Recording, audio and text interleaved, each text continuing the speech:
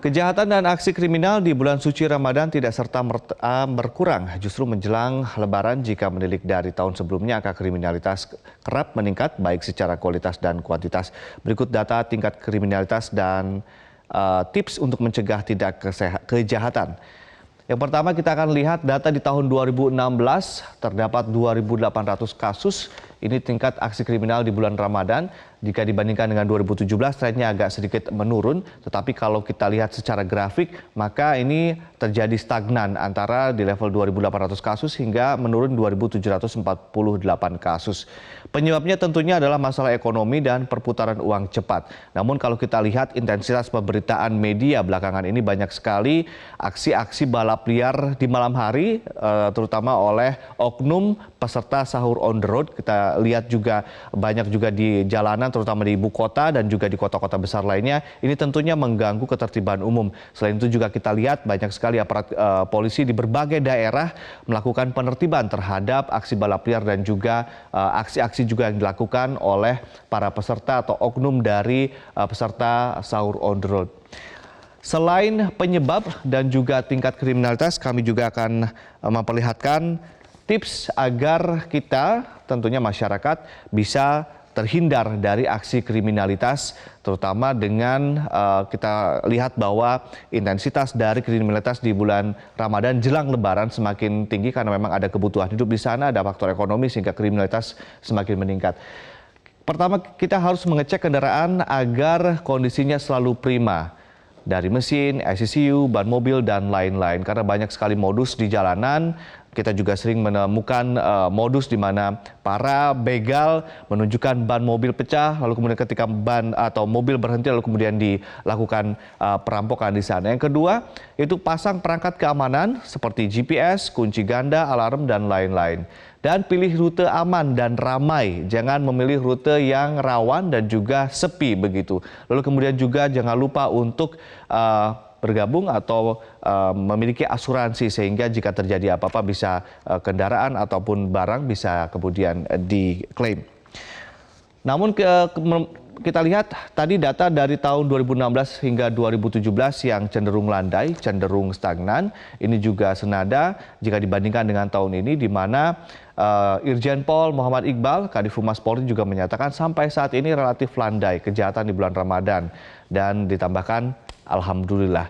Benarkah kejahatan atau kriminalitas di bulan suci Ramadan kali ini landai atau lebih aman jika dibandingkan dengan bulan suci Ramadan di tahun-tahun sebelumnya dan bagaimana kemudian masyarakat harus menyikapi fenomena-fenomena seperti ini di jelang berakhirnya bulan suci Ramadan? Kita segera bergabung bersama rekan Zakia Arfan dengan narasumber yang sudah hadir di studio. Silakan Zakia. Baik, terima kasih Ade atas pemaparannya. Tadi kita sudah melihat sedikit bagaimana sebenarnya kriminalitas di bulan Ramadan dan juga hingga jelang akhir bulan Ramadan biasanya angka kejahatan ini kerap menonjol dan juga tidak sedikit yang membuat resah warga khususnya kasus kejahatan jalanan. Ini seolah kian bertambah dan juga bergetayangan begitu ya, baik secara kuantitas maupun juga kualitas. Apakah ini menunjukkan adanya kelengahan dari pengamanan? Dan untuk membahasnya sudah bersama kami kriminolog Ikrak Sulhin. Selamat pagi Mas Ikrak. Selamat pagi. Jadi kita sudah melihat, meskipun kita lihat tadi dari pemaparan Ade ada angka yang menurun. Tapi kalau kita melihat trennya setiap bulan Ramadan, ini kriminalitas mendadak banyak terjadi, banyak kita lihat begitu ya. Terutama tadi kita lihat pada saat sahur gitu. Apakah dari Anda melihat memang tren di bulan Ramadan ini selalu meningkat kejahatan ini? Memang kalau dikatakan ini adalah kejahatan musiman, saya kira tidak. Tapi bahwa ada faktor-faktor situasional tertentu yang dimanfaatkan oleh mereka-mereka yang memang iseng, kemudian juga bisa mereka-mereka yang sudah berorientasi untuk melakukan kejahatan. Jadi sebagai contoh tadi kan juga sempat disinggung bagaimana sahur on the road. Itu kan mungkin dari awalnya tujuannya bagus, tapi dalam perkembangannya justru aktivitas inilah kemudian dimanfaatkan oleh mungkin geng kriminal tertentu atau geng kekerasan tertentu, termasuk kelompok-kelompok remaja yang mungkin bingung ya misalnya akan melakukan aktivitas apa dan akhirnya mereka harus terjerumus ke dalam aktivitas yang seperti itu. Nah, cuma kalau kita lihat secara statistik memang angka pencurian dengan kekerasan, kemudian kejahatan jalanan sejak 2016, 17, 18 memang tadi seperti yang diperlihatkan memang menurun. Bahkan penurunannya itu hampir sampai 30%. Ini berdasarkan data rilis akhir tahun dari Polda Metro Jaya. Ya? Misalnya untuk kejahatan jalanan itu sampai 36% turunnya. Artinya memang kalau dikatakan apakah saat ini publik aman atau tidak, ketika mereka berada di jalanan, sebenarnya publik aman secara statistik. Meskipun secara kualitatif ada semacam peningkatan kualitas. Seperti misalnya frekuensi dari mereka-mereka yang berstatus anak untuk terlibat dalam tindakan tertentu yang mengarah pada kriminalitas cenderung meningkat.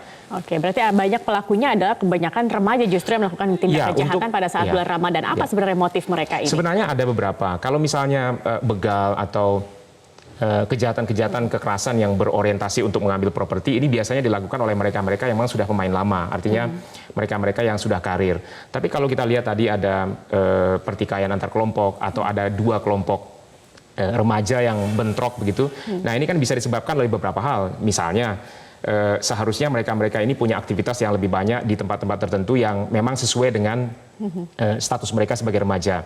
Nah, ini kan berkaitan dengan sejauh mana masyarakat atau mungkin kota secara umum memberi fasilitas terhadap mereka sehingga keinginan untuk melakukan aktivitas tertentu di jam-jam tertentu, katakanlah pada saat habis tarawih atau sebelum subuh, ini terfasilitasi dengan baik. Tidak justru mereka terlibat dalam kegiatan yang seperti ini. Artinya kurang aktivitas atau kurang wadah begitu Saya untuk kira remaja ini? Bisa, karena begini. Berarti motifnya bukan karena ekonomi, tapi tidak. lebih karena keisengan belaka begitu? Betul, kecuali tadi yang memang sudah karir. Kalau karir ini memang motifnya sudah ekonomi.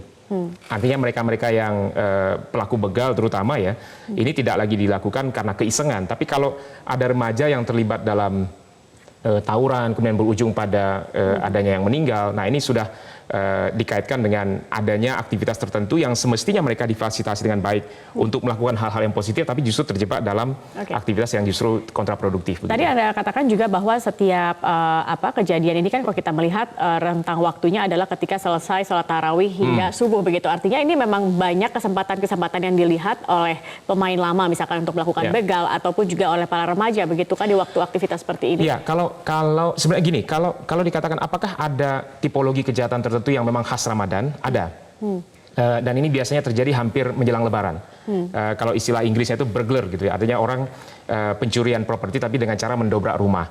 Nah, ini memang khasnya Ramadan banget gitu ya. Artinya jenis kejahatan yang memang terjadi di saat-saat di mana orang mudik, kemudian pengawasan terhadap rumah itu rumahnya menjadi kosong dan ya. seterusnya. Tapi kalau aktivitas begal atau kejahatan dalam bentuk pencurian dengan kekerasan ini sebenarnya tidak seasonal, tidak musiman. Ini selalu ada. Selalu ada. Tinggal apakah ada kesempatan dalam waktu dan tempat tertentu di mana mereka melakukan. Jadi kalau secara kriminologis ini sering disebut dengan adanya apakah ada segitiga kejahatan namanya. Jadi kejahatan itu terjadi karena ada pelaku yang termotivasi, jadi mereka mungkin punya motif untuk mendapatkan properti atau uang misalnya begitu. Yang kedua ada target yang pas, misalnya ada orang pulang sendirian jam 2 malam, kemudian kebetulan motornya juga motor yang mungkin dari sisi nilai cukup tinggi. Itu yang kedua. Kemudian yang ketiga itu adalah uncapable guardian, misalnya dia lewat di wilayah tertentu yang memang tidak aman gitu, atau yang sepi, treknya panjang, kemudian penerangannya kurang. Nah, inilah yang disebut dengan faktor situasional yang pada akhirnya bisa membuat kejahatan seperti begal itu terjadi, dan itu terjadi di setiap hari bisa. Jadi artinya tidak mesti bulan Ramadan untuk kejahatan seperti begal. Meskipun ada yang tadi saya katakan, misalnya ketika kita bertanya mengapa ada remaja yang kemudian terlibat dalam aksi tawuran, ini karena memang ada aktivitas tertentu yang memang sudah khasnya Ramadan gitu ya. Misalnya remaja-remaja ini kan ingin melakukan aktivitas tertentu setelah mereka tarawih misalnya atau menjelang sahur. Ya dulu kan makanya muncul sahur on the road kan seperti itu. Tapi pada akhirnya aktivitas seperti inilah yang menjadi ruang bagi mereka untuk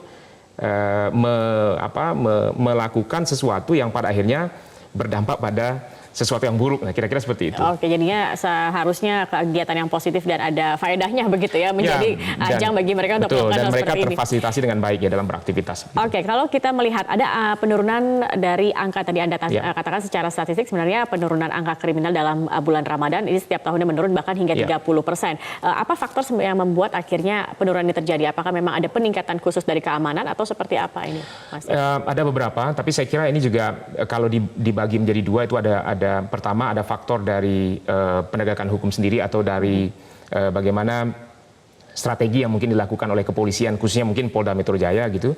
Dan yang kedua adalah bisa jadi berkaitan dengan adanya faktor-faktor tertentu yang dihilangkan atau faktor kriminogenik tertentu yang dihilangkan. Sebagai contoh misalnya begini, kalau kita kaitkan dengan tadi ada catatan bahwa aktivitas kejahatan kekerasan atau bagaimana aktivitas dari remaja yang terlibat dalam kekerasan itu menurun, meskipun secara kualitas ini juga meskipun kejadiannya satu, ini serius sebenarnya, tapi kan secara umum kejadiannya itu menurun. Nah, bisa jadi penurunan ini terjadi karena adanya faktor-faktor kriminogenik yang teratasi. Misalnya mereka diberikan fasilitas yang baik. Misalnya ada aktivitas yang dilakukan oleh komplek atau oleh perumahan tertentu atau komunitas tertentu yang kemudian mengalihkan perhatian mereka tidak ke jalanan tapi justru melakukan aktivitas yang khas Ramadan itu di rumah misalnya atau di komunitas tertentu. Jadi tapi beda dengan kalau yang kita bicarakan ini adalah mereka yang karir. Jadi kalau mereka yang karir itu sebenarnya penurunan itu tidak bisa kita anggap sebagai penurunan karena mereka sudah kaya mungkin atau karena polisi itu sudah efektif dalam melakukan penindakan. Tapi bisa jadi ini adalah saat di mana mereka berhenti, saat di mana mereka memperhatikan situasi, membaca situasi. Karena sebenarnya pelaku kejahatan itu adalah orang yang pintar juga. Jadi mereka-mereka yang sebenarnya melakukan penilaian kapan mereka harus melakukan dan kapan tidak. Kalau kita tentunya pemirsa juga mungkin sedikit khawatir gitu ya dengan melihat banyaknya aksi-aksi seperti ini. Tadi Anda katakan bahwa ada motivasi dari pelaku dan juga ada kesempatan atau target yang memang sesuai begitu. Betul. Kemudian apa yang bisa kita lakukan begitu sebagai orang untuk menghindari dari hal-hal ini, terutama di bulan Ramadan hingga nanti ini ya Idul Fitri mendatang ini, Mas Ikrar. Ya, saya ambil contoh misalnya kalau perjalanannya agak jauh, ya seperti misalnya ada spot-spot tertentu tapi ini di luar Jakarta begitu ya. Ada spot-spot tertentu di lintas Sumatera yang itu mungkin masih rawan sampai saat ini, maka timing menjadi penting. Misalnya mereka ketika ingin masuk ke wilayah tertentu, mereka mungkin menahan diri dulu gitu. Jadi artinya mereka sahur dulu, kemudian menunggu sampai agak sedikit terang baru masuk. Jadi ada wilayah-wilayah tertentu, misalnya di Lampung Utara, kemudian di sebagian wilayah Sumatera Selatan, di bagian tengahnya itu memang masih frekuensi angka kejahatan cukup tinggi. Nah, kemudian kalau kita kaitkan dengan begal, ini juga masalah bagaimana mempersempit kesempatan. Misalnya ya sedapat mungkin kalau memang sudah larut sekali ya kenapa tidak misalnya ditahan dulu di kantor misalnya ya meskipun ini agak klise ya tapi kan ini hal-hal yang memang bisa dilakukan. Kemudian yang kedua adalah kalau memang terpaksa pulang pada dini hari maka setidaknya ada beberapa atau berkelompok misalnya atau yang kedua memilih lintasan tertentu atau trek tertentu yang memang ramai gitu. Artinya kalau kecenderungan kita naik kendaraan itu kan memilih jalan yang sepi yang di situ kita bisa cepat sampai di rumah. Kita nggak mau lewat jalan yang mainstreamnya gitu. Tapi justru memilih jalan yang mainstream adalah mungkin yang relatif lebih aman begitu. Dalam waktu-waktu tertentu begitu. Baik, terima kasih Mas Ikrar sudah berbagi bersama kami di Metro Pagi Prime Time.